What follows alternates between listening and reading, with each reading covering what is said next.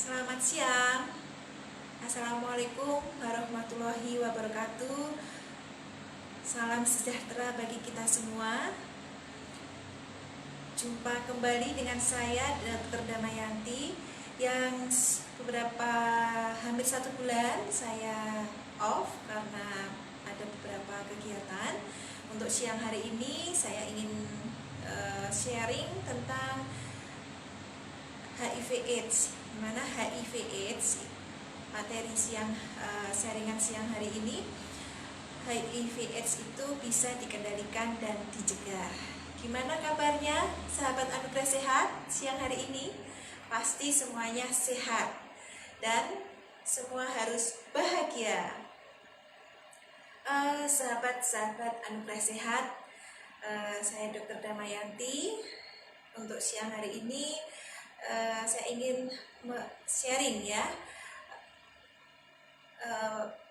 Tanggal 1 Desember minggu lalu baru saja kita memperingati Hari HIV/AIDS sedunia ya. Belum jauh, jadi pada siang hari ini saya ingin berbagi tentang sedikit tentang HIV/AIDS ya. Di tengah-tengah pandemi yang berkepanjangan ini, jangan lengah bahwa ada satu penyakit yang sudah tidak asing lagi bagi kamu, bagi kalian semua. Satu penyakit yang sudah tidak asing lagi yaitu HIV/AIDS ya. Penyakit HIV ini dikenal sebagai penyakit seksual karena disebabkan melalui hubungan intim yang tidak aman. Namun yang perlu diketahui, untuk HIV/AIDS tidak hanya menular melalui hubungan seksual loh ya.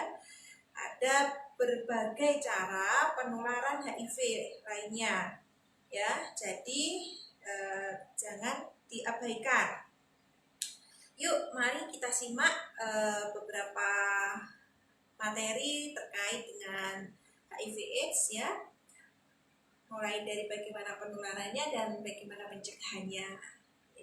Ya, selamat bergabung semua siang hari ini ya. Sahabat Anugerah Sehat yang ada di Kuniran dan sekitarnya, Kuniran Batangan ya. Sahabat Anugerah Sehat yang ada di Juwana dan sekitarnya, dan di Bulu Manis, Margoyoso, dan juga di Pati ya. Selamat bergabung pada siang hari ini. Mungkin ada yang sambil ngopi, kita boleh menyimak, atau mungkin masih ada yang masih ada di kantor ya, di tempat kerja sambil istirahat, kita menyimak live streaming bersama saya Dr. Damayanti. Oke, untuk mempersingkat waktu, untuk beberapa hal yang ingin kami bagikan terkait HIV/AIDS, yaitu apa sih HIV itu? HIV Human Immunodeficiency Virus ya. Dan apakah AIDS itu? AIDS itu adalah kumpulan gejala yang timbul akibat menurunnya kekebalan tubuh ya yang didapat. Kemudian virus HIV adanya di mana sih ya?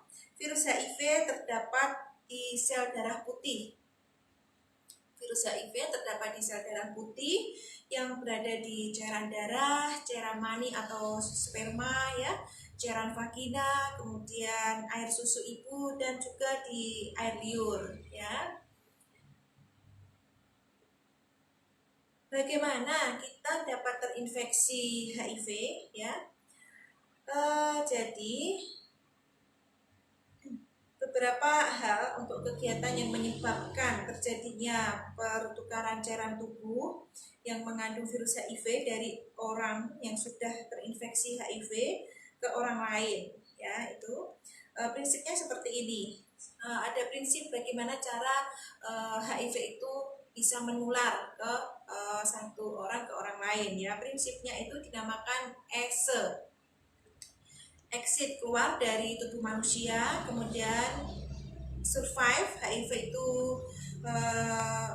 harus hidup, kondisi hidup ya, HIV harus kondisi hidup, kemudian sufficient, jumlah atau konsentrasinya cukup, dan enter, HIV masuk ke tubuh manusia. Nah, bagaimana untuk cara penularan virus HIV ini ya? Yang pertama dari lewat cairan darah ya, transfusi atau donor darah.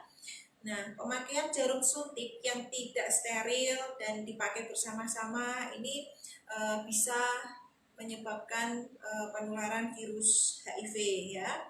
Kemudian pemakaian alat tusuk yang menembus kulit ya, yang tidak steril ya. Mungkin ada sahabat-sahabat Anugerah Sehat yang hobi untuk ditato ya, seperti itu. Nah, ini sangat riskan sekali untuk bisa penularan virus HIV. Nah, penularan melalui cairan tubuh, melalui hubungan seksual tanpa kondom ya. Yang pertama tadi lewat cairan darah ya. Yang kedua yaitu melalui cairan tubuh yang melalui cairan tubuh itu dilakukan melalui hubungan seksual tanpa kondom ya, vaginal sex, oral sex, anal sex. Nah, itu bisa mengakibatkan penularan virus HIV. Begitu ya, saudara-saudara. Sepertinya siang hari ini sangat ramai sekali. Terima kasih atas partisipasinya. Terima kasih atas sudah join bersama saya Dr. Damayanti ya, itu di Apotek Anugerah Sehat. Nah, kemudian yang perlu saudara-saudara ketahui, AIDS itu tidak menular lewat pelukan ya, ciuman atau sentuhan, alat makan, gigitan serangga ya, itu tidak menular melalui itu. Dan juga tinggal satu rumah itu tidak. Jadi itu yang perlu saudara semua ketahui. Kemudian resiko terhadap penularan HIV menjadi lebih tinggi bila ada perilaku pertama suka berganti-ganti pasangan. Tentunya ini adalah kebiasaan yang kurang baik dan ternyata memang sangat beresiko tinggi untuk terjadinya penularan virus HIV. Kemudian sudah sering gonta-ganti pasangan, kemudian melakukan hubungan seksual, tidak menggunakan kondom ya, dan yang ketiga penggunaan jarum suntik yang tidak steril dan jarum itu dipakai bersama-sama ya. Ini yang sangat berisiko sekali untuk terjadinya penularan virus HIV ya. Jadi sekali lagi saya tekankan, berhati-hatilah dan tetap waspada. Meskipun saat ini kita yang sering di keluar-keluar yaitu virus COVID-19, tetapi jangan lengah ya, ada virus HIV masih ada di sekitar kita semua ya. Kemudian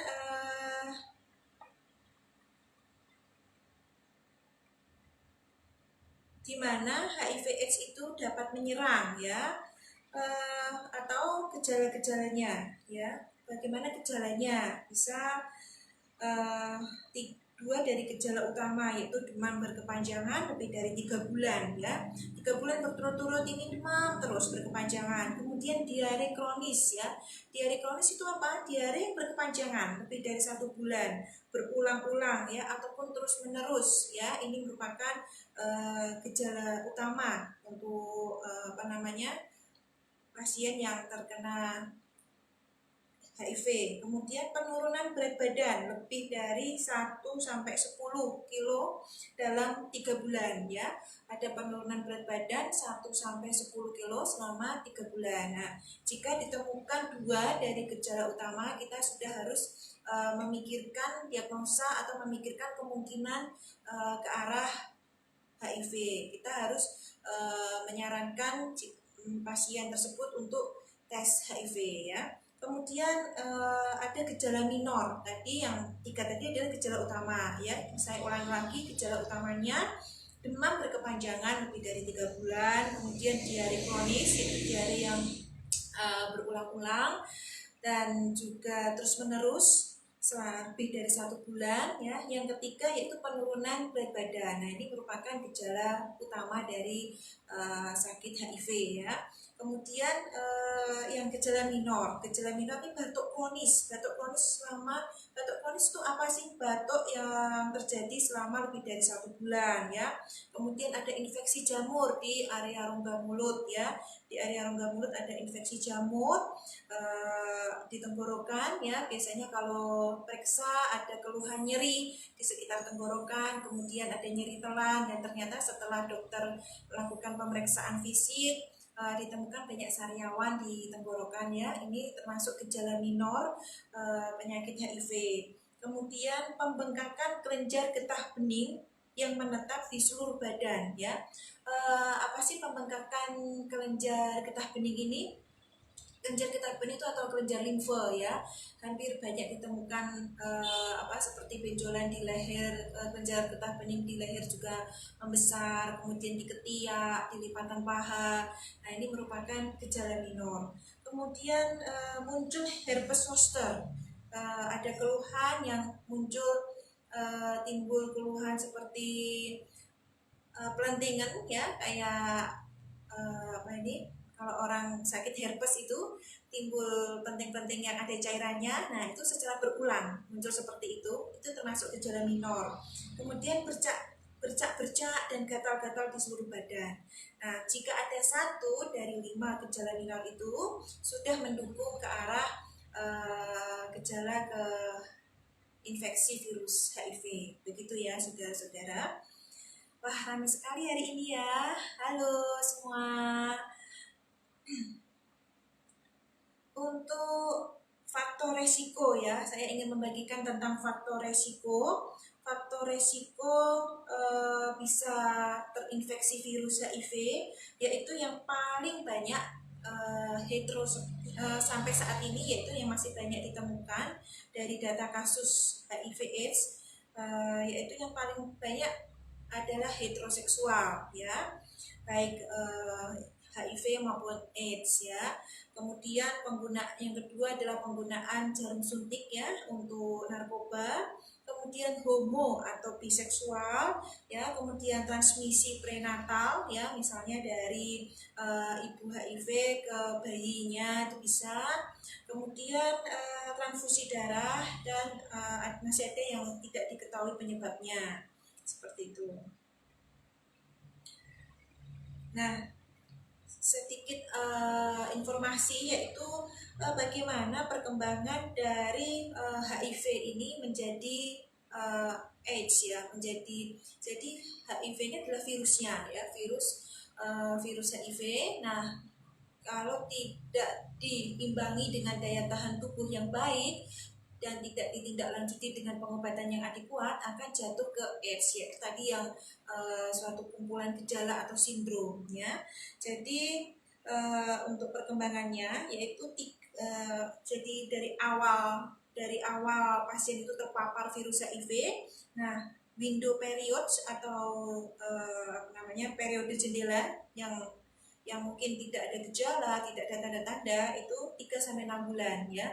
Jadi hati-hati ya, mungkin bisa disampaikan ke mungkin ada temannya atau tetangganya ya yang mungkin berisiko tinggi terkena virus HIV. Jadi misalnya dia terpapar nih ya, hari ini terpapar virus HIV. Nah, itu dia tidak langsung menunjukkan gejalanya, tidak langsung menunjukkan ada keluhan. Ada yang namanya window period, yaitu 3-6 bulan. Kemudian setelah itu 5-10 tahun itu baru bisa terlihat HIV positif ya. Dan kemudian age-nya itu 1-2 tahun ya. Jadi memang untuk infeksi virus HIV ini mulai awal terpapar memang tidak langsung terlihat ya. Jadi ada yang namanya window period. Jadi saat pasien atau orang tersebut tidak ada gejala tapi sudah terpapar itu selama 3-6 bulan begitu.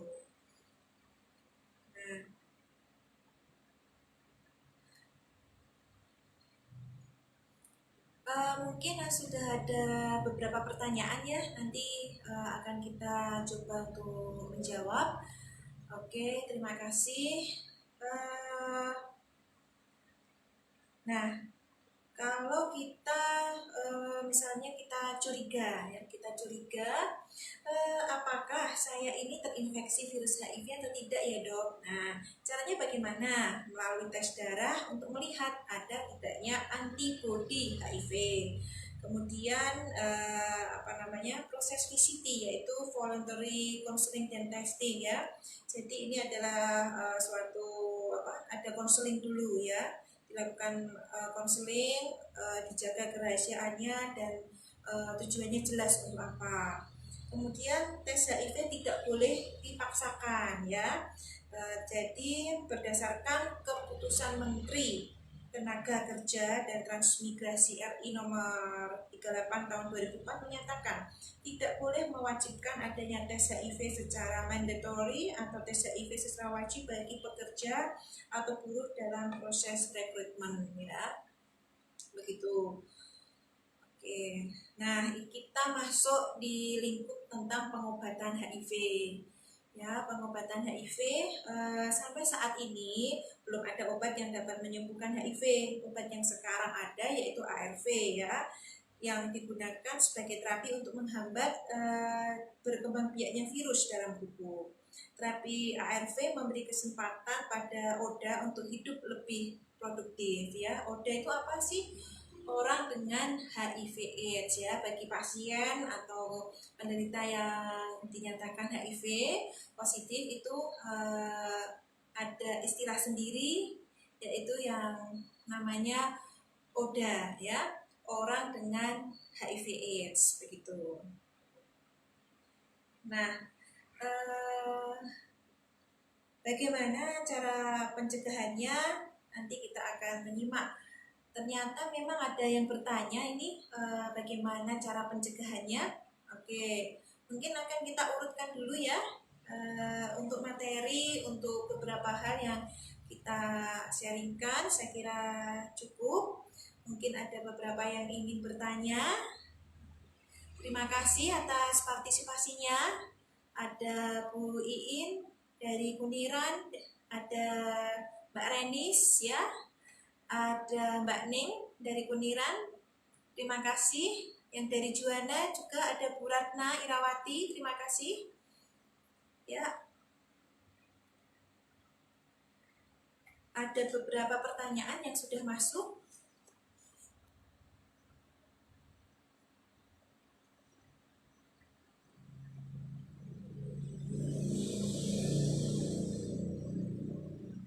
Ya, tadi ada yang sudah WA di saya. Bagaimana cara untuk mencegah supaya tidak tertular virus HIV.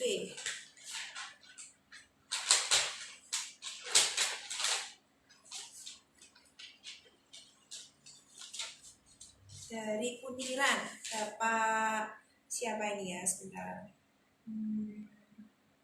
Bapak Sumbarno ya, pasien saya yang dari Kuniran ini menanyakan bagaimana cara untuk mencegah supaya kita itu tidak terkena virus HIV atau kita tidak tertular virus HIV ya.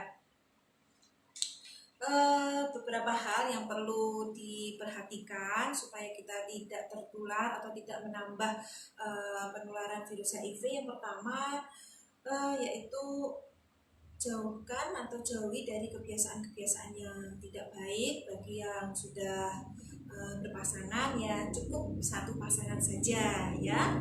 Terus jangan coba-coba untuk jajan sembarangan. Nah, untuk yang belum berpasangan jangan coba-coba juga, jangan coba-coba jajan di sembarang tempat ya.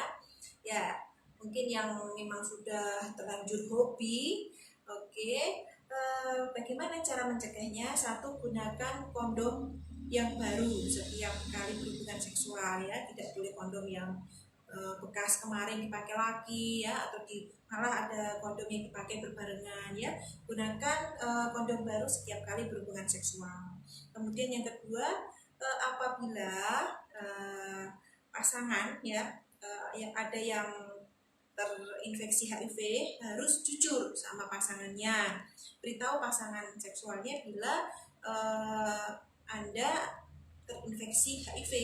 Kenapa? sangat penting karena jika Anda tidak jujur, Anda tidak akan menggunakan pengaman begitu.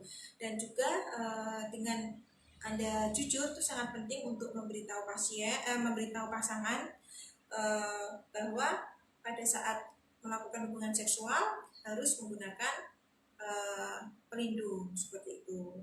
Supaya apa? Supaya tidak menular ke pasangannya. Ya, kejujuran itu harus. Kemudian gunakan jarum yang bersih ya, supaya supaya kita tidak tertular dengan HIV ya. Apabila kita melakukan tindakan, pastikan jarum yang kita pakai itu bersih dan steril, tidak jarum bekas ya. Pastinya untuk yang di klinik-klinik sekarang ini yang sudah terstandar, pastinya menggunakan jarum yang steril ya, selalu baru. Dan juga untuk alat-alat yang dipakai untuk tindakan juga harus steril. Oke. Ada pertanyaan lagi? Oke, dari Kuniran ya. Apakah pasien HIV itu bisa diobati? Ya, memang rumornya di luar sana. Terima kasih untuk Ibu Yurika dari Kuniran untuk pertanyaannya, sangat bagus sekali. Memang rumornya di luar untuk orang awam, pasien-pasien HIV itu tidak bisa diobati, sangat sulit ya. Jadi memang sampai sekarang ini vaksin untuk HIV tidak ada. Kemudian untuk obat yang untuk mengobati pun juga tidak ada.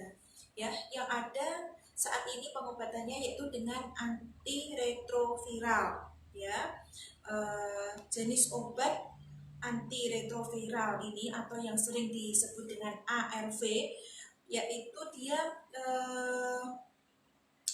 fungsinya untuk memperlambat perkembangan virus tersebut ya. Supaya apa? Jadi jika ada yang terkena virus HIV dan segera tertangani dengan baik, segera mendapatkan pengobatan ARV, tidak jatuh ke AIDS atau kumpulan dari sindrom tadi ya.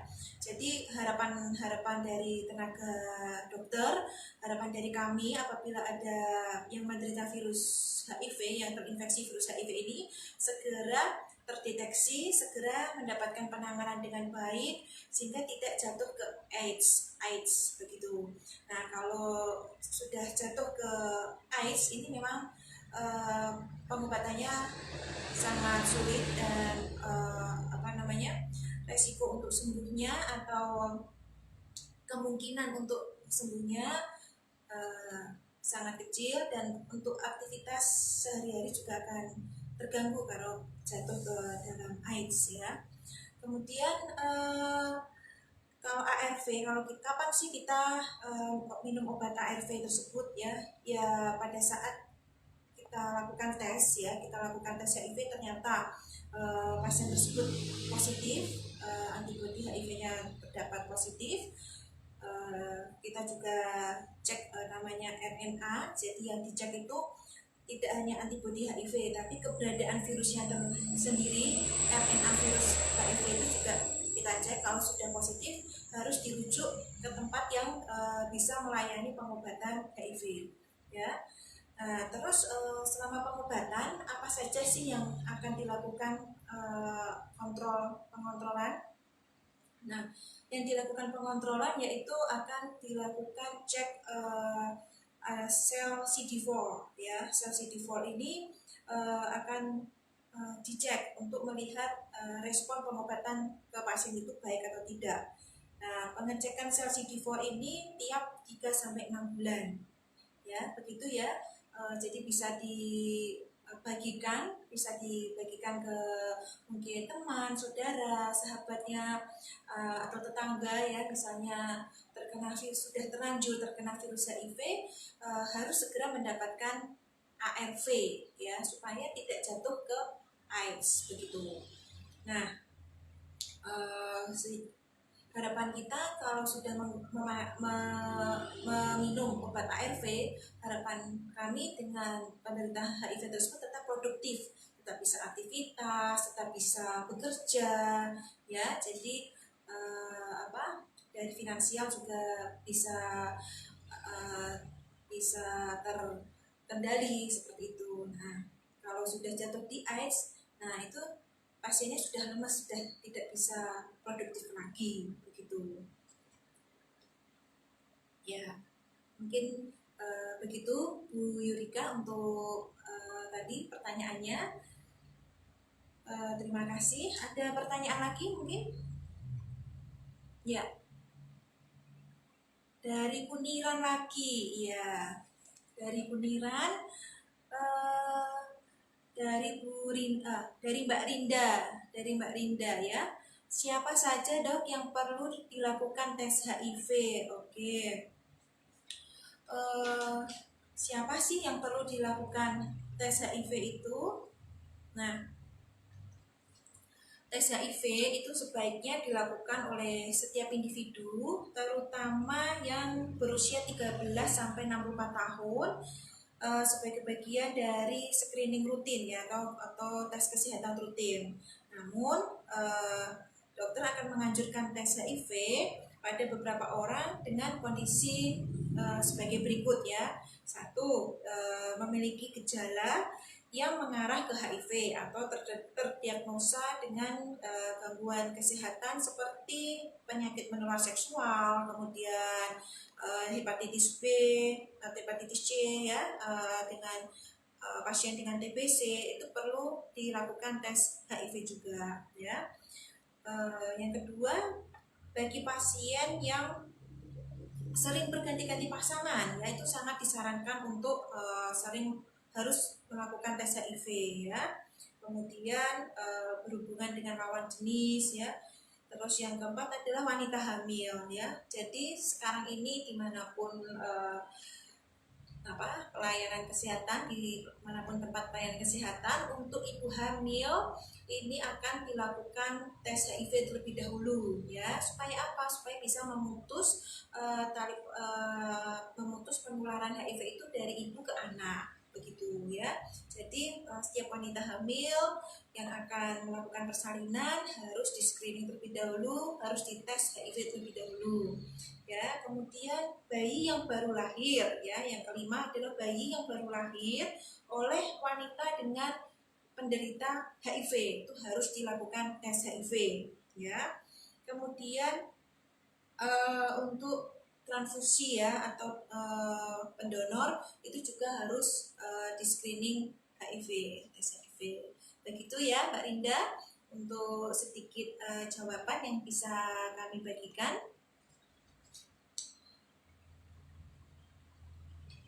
Ada pertanyaan lagi? Oh, dari Ibu Intan Zahra. Ibu Intan Zahra, pertanyaannya mirip dengan Ibu Yurika tadi ya. Apakah pasien virus HIV bisa sembuh? Ya, jadi tadi sudah saya sampaikan, memang untuk obat khusus untuk menyembuhkan dan juga vaksin HIV belum ada. Cuman ada jenis obat yaitu yang golongan antiretroviral yang harus segera diberikan kepada pasien-pasien dengan HIV ya. Supaya apa? Dengan pemberian antiretroviral virusnya tidak berkembang, jadi menekan perkembangan virus HIV dengan antiretroviral. Ada lagi pertanyaan?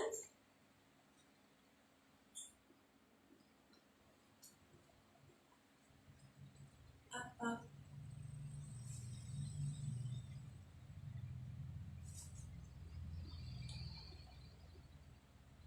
Oh, ini ada pertanyaan yang bagus sekali ya, dari Ibu Dewi Arumningsih. Dari mana ini ya?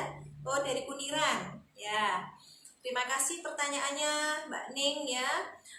Apakah kalau kita bersalaman dengan penderita HIV itu bisa tertular dok? Ya, Jadi tadi di bab tentang penularan kita sudah sempat menjelaskan ya, untuk penularan HIV ini melalui apa tadi?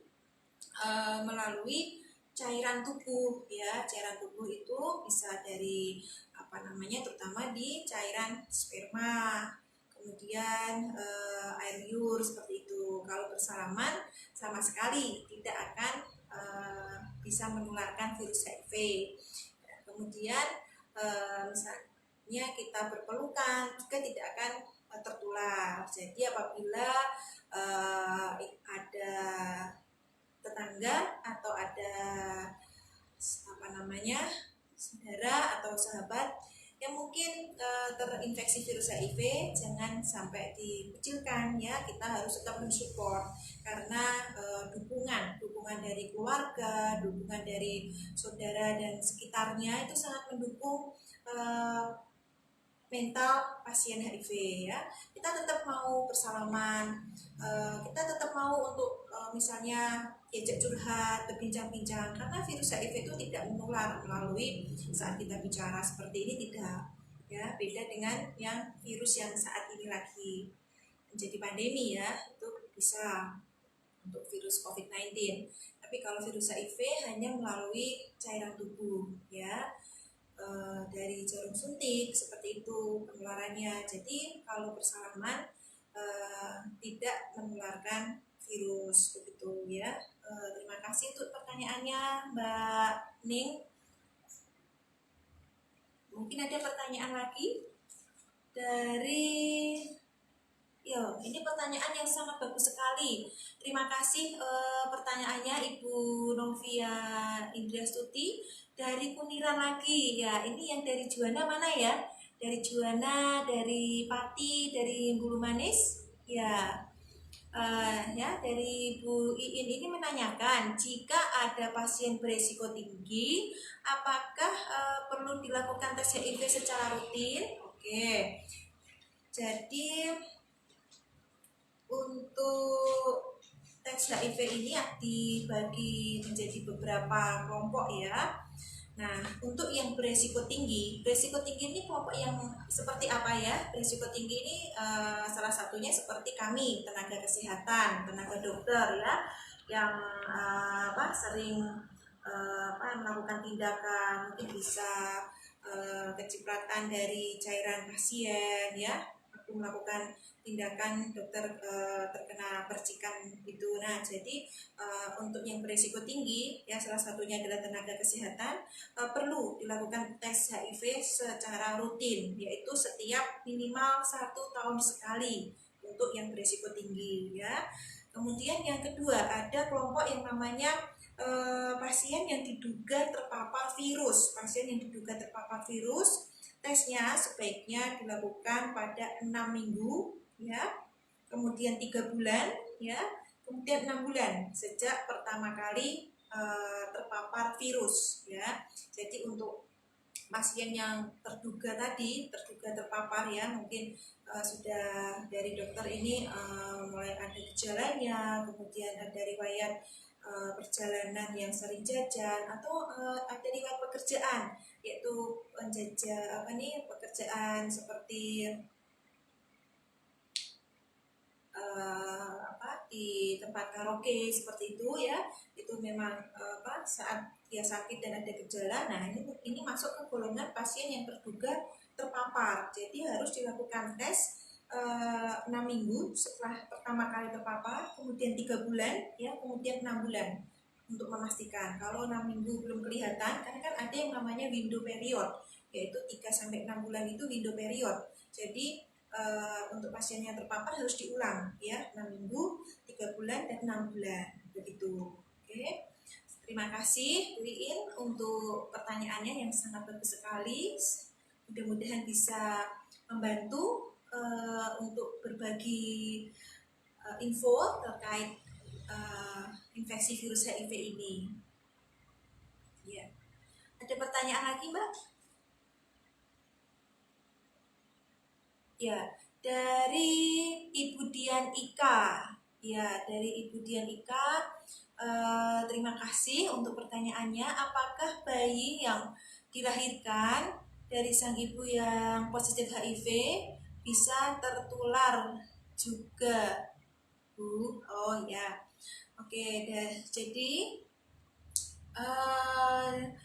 untuk kasus ibu hamil yang dengan ibu hamil ternyata terdeteksi virus HIV, memang bisa sekali berisiko untuk tertular. Nah, makanya akan dipilihkan teknik persalinan yang memungkinkan untuk mengurangi atau menurunkan risiko penularan itu. Jadi memang bisa menular dari persalinan itu bisa menular ke anaknya gitu. Nah, untuk persalinan nanti akan dipilihkan sama dokter kandungan, akan menganjurkan lebih ke metode yang lebih aman begitu ya. Tapi ya tetap disesuaikan dengan kondisi ibunya begitu. Kalau kemudian setelah bayinya itu lahir juga langsung dilakukan tes HIV begitu. Ya, ini dari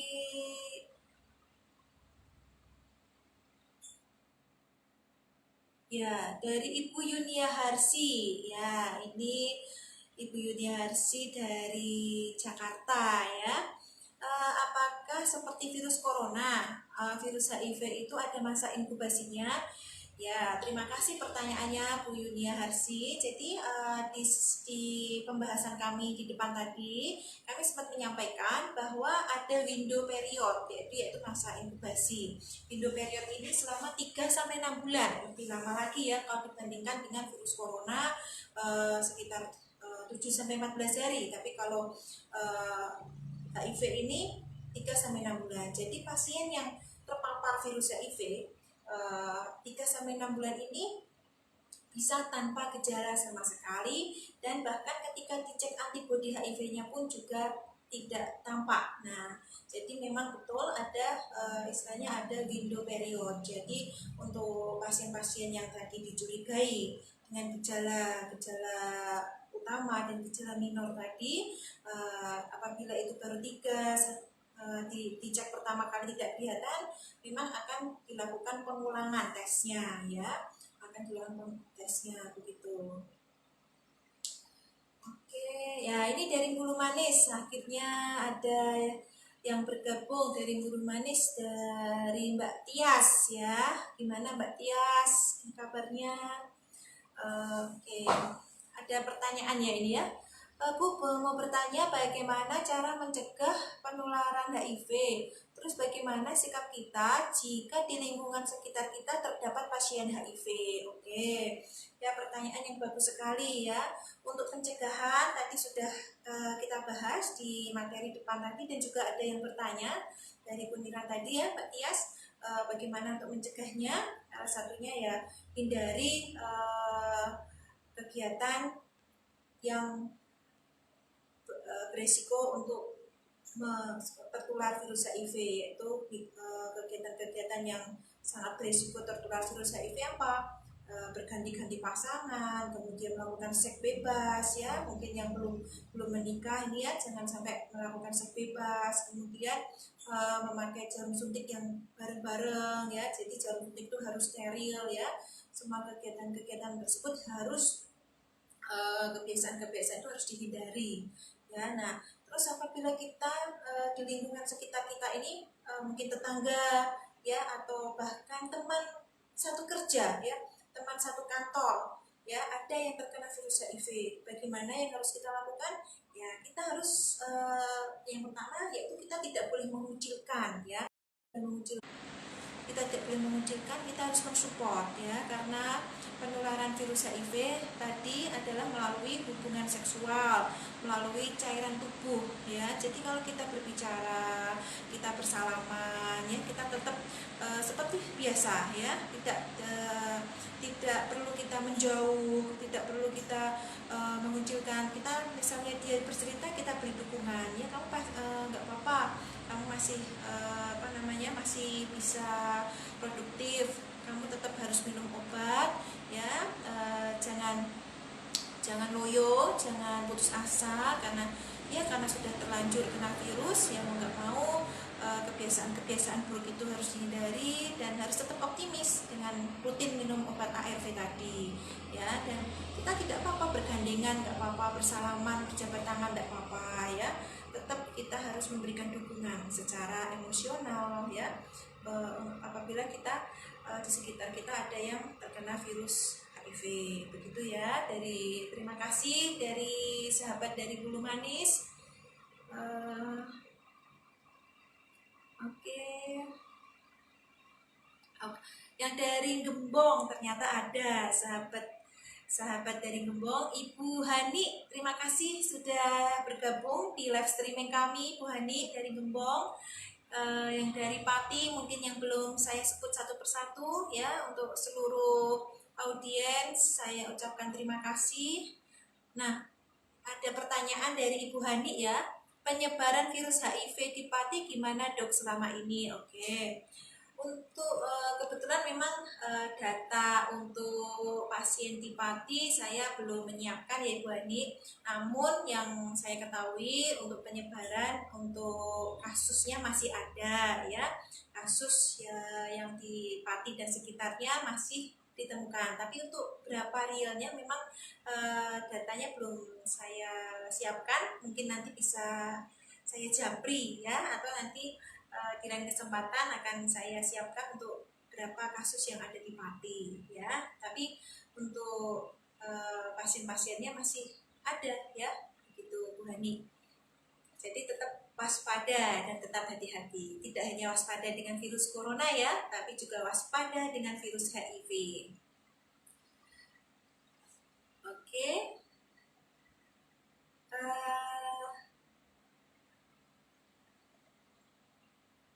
Mungkin terima kasih ada saudara-saudara yang dari Jakarta sudah ikut mendukung, saudara dari Pati, Kuniran, terima kasih atas dukungannya.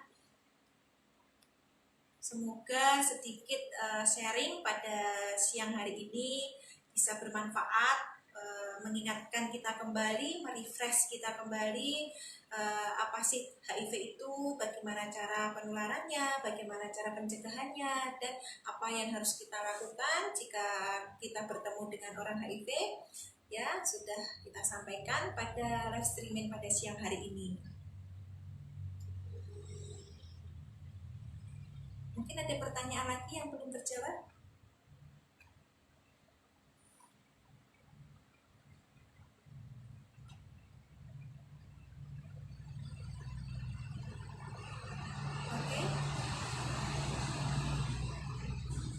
Terima kasih, mungkin kita cukup sekian. Semoga kita bisa menjadi wanita yang cerdas dan tangguh, bisa menjadi manusia yang cerdas dan tangguh, yaitu dalam menyikapi segala macam kondisi, menyikapi HIV, menyikapi virus corona. Kita bisa menyikapi dengan lebih cerdas, menyikapi dengan lebih bijak. Mari kita lawan virus HIV, mari kita lawan virus COVID-19. Semangat, salam sehat untuk kita semua.